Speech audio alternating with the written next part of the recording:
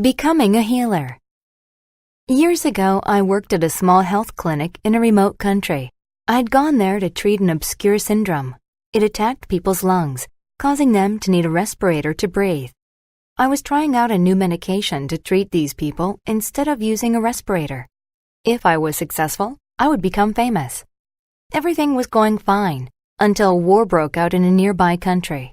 Many people from that country fled the hostile invading army. The army wanted to dominate the people, but the people didn't want to be oppressed, so they walked hundreds of miles across barren land to get away. Some of these people came to our clinic for treatment. I talked with them and learned of their difficulties. They did not beg or complain. I was impressed by their dignity. There was one woman I will never forget.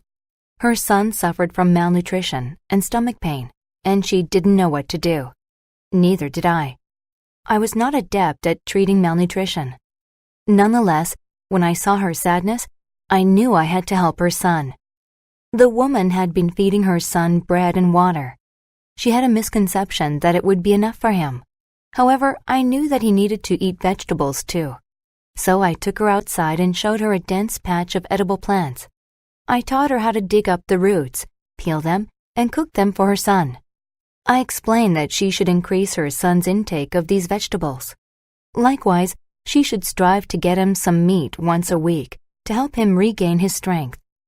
I sent her off with a prescription for some pain medicine, but she also left my office with some new culinary skills. A few weeks later, she returned to tell me her son was healthy again. As thanks, she gave me a beautiful ceramic bowl.